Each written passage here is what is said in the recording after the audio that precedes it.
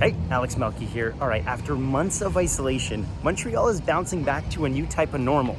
But for a city that thrives on its nightlife, it's getting kind of quiet. I mean, there's no students because everyone's doing their classes online. People are working from home and tourists just aren't traveling here right now. It's kind of dead. For over a month now, St. Catherine Street has been half pedestrian during the weekdays and fully pedestrian on the weekends. And most recently, Crescent Street has been blocked off as well. But both Crescent Street and St. Catherine Street have not been drawing the same crowds they normally do. People are quick to point the fingers at bars as COVID hotspots. So I'm talking to a few bar owners today to get their perspective on the situation. First up is the owner of McKibbins, Rick Fawn. McKibbins was making headlines recently after an employee tested positive for COVID, but Rick argues that bars are the safest places to be. We had one case in the West Island. She was wearing a face mask, glasses, and the shield, and she's never been anywhere. And she just randomly tested herself. She had no symptoms, and they declared it an outbreak at McKibbins and 9 other bars. And so we did shut down and sanitized everything again. Just like we did before we opened. I mean, as far as I'm concerned, I think the bars and the restaurants right now are probably the safest places to be. Because you can't touch anything except for what is yours. There's an argument to be made that in the face of long stretches of isolation, bars could be an essential service. Sure, we're social beings. It's unhealthy what's happening right now.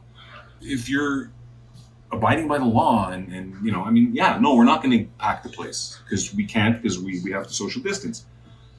But as long as all the tables were full, it'd be great. At least something. And then people do get a place to go, you know, and socialize. I mean, restaurants, you know, and bars, I mean, that's what people want to do.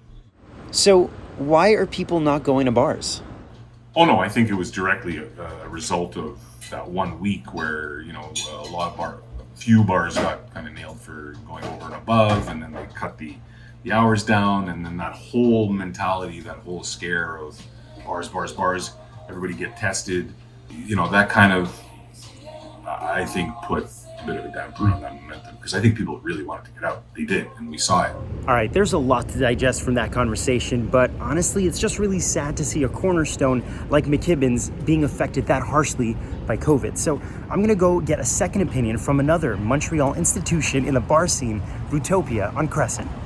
Jeff Picard is the managing partner here, and he's also feeling the bar vibe slow down hard. Well, the first couple of weeks was not bad, not bad.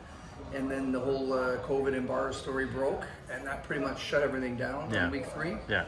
And now it's just deep summer where people, you know, have so much to do aside from hang around downtown, right? All right, I've got to ask the one question I think everyone wants to know. Are they charging more for beer and food to offset the cost of face masks and sanitizer?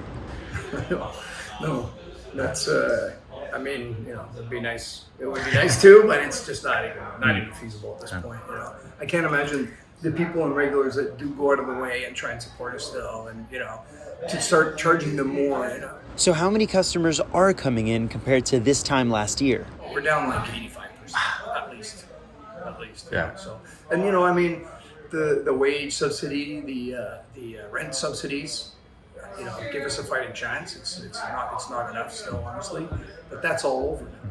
And when it comes to cleaning, what's Brutopia doing to keep the place on the up and up? Yeah, sure. I mean, masks, lots of sanitizer. We have, you know, about a half a dozen big spray bottles. I found a product that you can make yourself, so that's more affordable. Okay. We just spray everything down morning, noon, and night, man. If people leave, you just spray everything down and give it a wipe. Crazy. Luckily, we have time to do that. Yeah. So that's the one thing. That's the one thing that you're not running out of is time. Yep.